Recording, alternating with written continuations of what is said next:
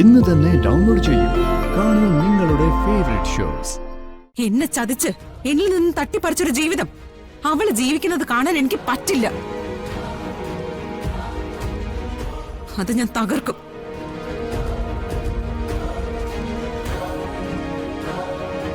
വരുണും കണിമംഗലവും എന്റെ അവകാശമാ.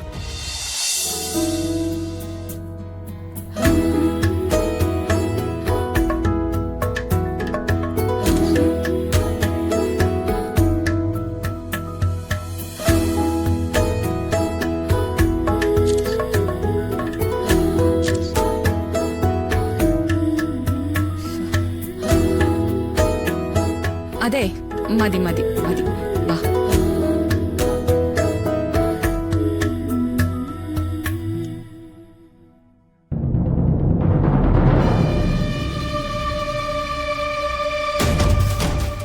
അതെ, കാര്യങ്ങളൊക്കെ ഇവിടെ അറിഞ്ഞിട്ടുണ്ടാവും.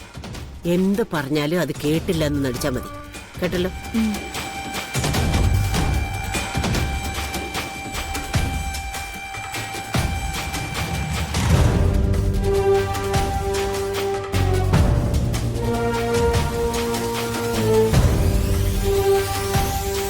അവിടെ നിൽക്ക.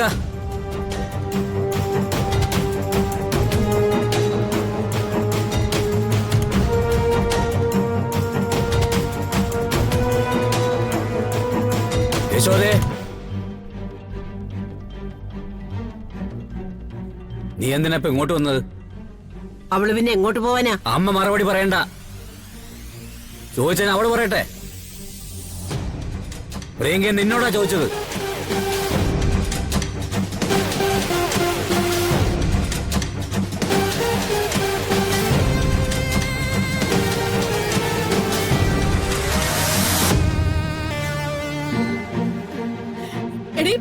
നിന്നെ പോലും ഒരുത്തി എന്റെ വയറ്റിൽ എങ്ങനെയാണ് വന്ന് ജനിച്ചത്?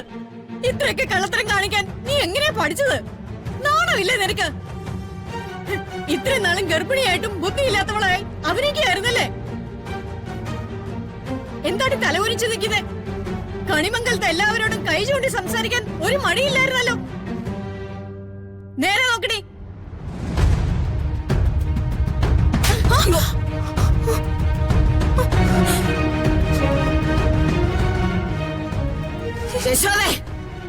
അമ്മ മിണ്ടാതിരിക്കേ. അമ്മ എന്ന വാക്കിന്റെ മഹത്വം അമ്മയ്ക്കറിയില്ലായിരിക്കും, പക്ഷെ ഇവക്കറിയാം. അതുകൊണ്ടാ തെറ്റ് ചെയ്തവളെ യശോദ ചോദ്യം ചെയ്യുന്നത്. പ്രിയങ്കേ, മുത്തശ്ശിയുടെ വാക്കുകൾ കേട്ട് രാധികയുടെ ജീവിതം നീ ഇല്ലാതാക്കാൻ നോക്കി.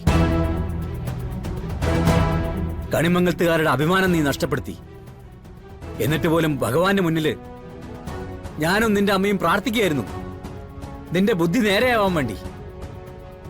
നിങ്ങൾ ദ്രോഹിച്ച് ഇല്ലാതാക്കാൻ നോക്കിയ കണിമംഗലം കുടുംബം പോലും ക്ഷേത്ര വഴിപാടുകളിൽ ഉൾപ്പെടെ നടത്തി നിന്നെ നേരെയാക്കാൻ ശ്രമിച്ചു. പക്ഷെ നീ മിടുക്കിയ. മുത്തശ്ശി പറഞ്ഞതൊക്കെ ഒരു വിട്ടുവീഴ്ചയില്ലാതെ അനുസരിക്കുന്ന മിടുമിടുക്കി.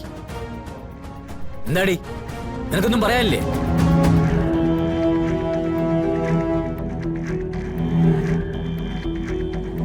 പറയാം, പക്ഷെ അത് താങ്ങാനുള്ള കരുത്ത് രണ്ടുപേർക്കും ഉണ്ടാവണം. അല്ലാതെ അതിനിടയിൽ നെഞ്ചു പൊത്തിപ്പിടിച്ചിരുന്ന് കരയരുത്. നിങ്ങൾ രണ്ടുപേരും എന്റെ ഭാഗത്ത് കാണുന്ന തെറ്റെന്താ? ഞാൻ ജീവനോട് തിരിച്ചു വന്നതോ, അതോ തിരിച്ചു വന്ന് ഞാൻ എന്റെ ഭർത്താവിന്റെ വീട്ടിലേക്ക് പോയതോ? എനിക്ക് പകരം രാധികയാണ് മരിച്ചെന്നൊരു വാക്ക് നിങ്ങൾ കേട്ടിരുന്നെങ്കിലേ എത്ര നാള് വരെ ആ ദുഃഖം നിങ്ങളുടെ മനസ്സിലുണ്ടാവും. ഭാര്യയും ഭർത്താവും അതോടെ തളർന്നു വീഴില്ലേ? മാസങ്ങളോളം, വർഷങ്ങളോളം ഒന്നും ചിന്തിക്കാതിരിക്കില്ലേ? പക്ഷെ പ്രിയങ്കയാണ് മരിച്ചെന്നറിഞ്ഞപ്പോ എന്റെ അടക്കം നടന്നു. ഒരു മാസം തികയുന്നതിന് മുൻപ് എന്റെ ഭർത്താവുമായിട്ട് രാധികയുടെ വിവാഹം നിങ്ങൾ നടത്തി. അവിടെ എന്നെ കുറിച്ച് നിങ്ങൾ വേദനിച്ചോ? എന്താമ്മേ, ഞാൻ പ്രസവിച്ചു എന്ന് നിങ്ങൾ പറഞ്ഞില്ലേ? പ്രസവിച്ച മകള് മരിച്ചു പോയിട്ട് 30 ദിവസമെങ്കിലും വിഷമം അമ്മയുടെ മനസ്സിലുണ്ടായിരുന്നോ ഞാൻ ചോദിക്കുന്നേ.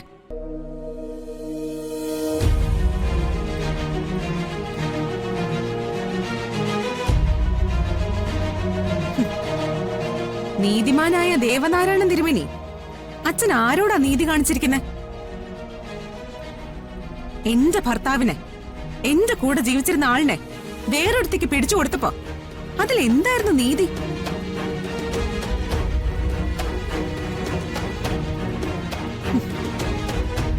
എനിക്ക് അവഗണനകൾ മാത്രം കിട്ടിയിട്ടുള്ളത്. ജീവിച്ചാലും ചത്താലും പ്രിയങ്കയ്ക്ക് അവഗണന മാത്രം ഉള്ളത്. എനിക്ക് എന്റെ ജീവിതം തിരിച്ചു പിടിക്കാൻ ഞാൻ എന്ത് മാർഗവും നോക്കും. ചിലപ്പോ ഗർഭിണിയായിട്ട് അഭിനയിക്കും, ബുദ്ധിയില്ലാത്തവളായിട്ട് നടിക്കും. അത് എന്റെ സൗകര്യമാ. തെരുവിൽ നിന്നെടുത്ത് വളർത്തിയവൾക്ക് എല്ലാം ദാനം ചെയ്യാനുള്ള മനസ്സുണ്ടല്ലോ അച്ഛനും അമ്മയ്ക്കും. കണക്ക് കൂട്ടി നോക്ക്, പ്രിയങ്കയ്ക്ക് എന്താ തന്നിട്ടുള്ളതെന്ന്.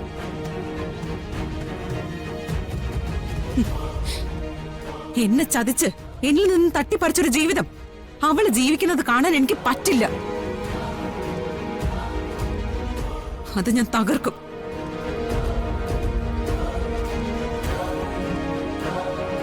വരുണും കണിമംഗലവും എന്റെ അവകാശമാ.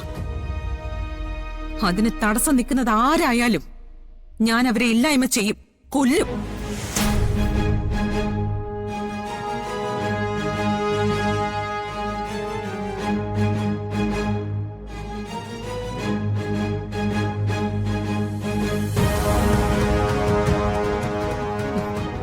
കാര്യം രണ്ടുപേർക്കും മനസ്സിലായല്ലോ. മുത്തശ്ശി, ഞാൻ അകത്തോട്ട് പോവാ.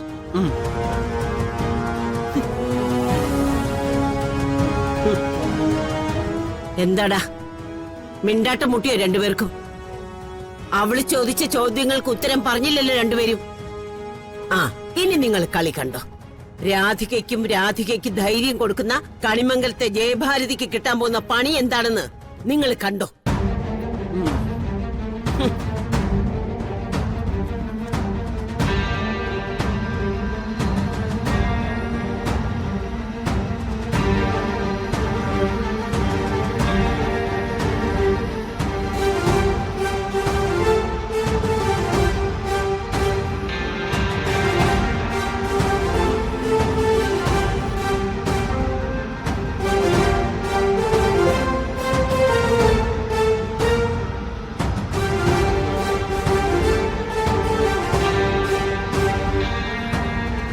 ചേട്ടാ, ഒന്ന് വേഗം പോവോ?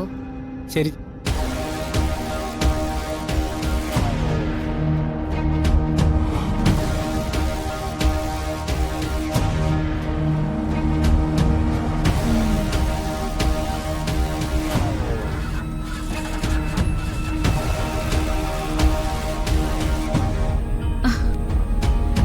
എന്ത് പറ്റി ചേട്ടാ? എന്തോ ഒരു മിസ്സിങ്ങാ, ഞാനൊന്ന് നോക്കട്ടെ.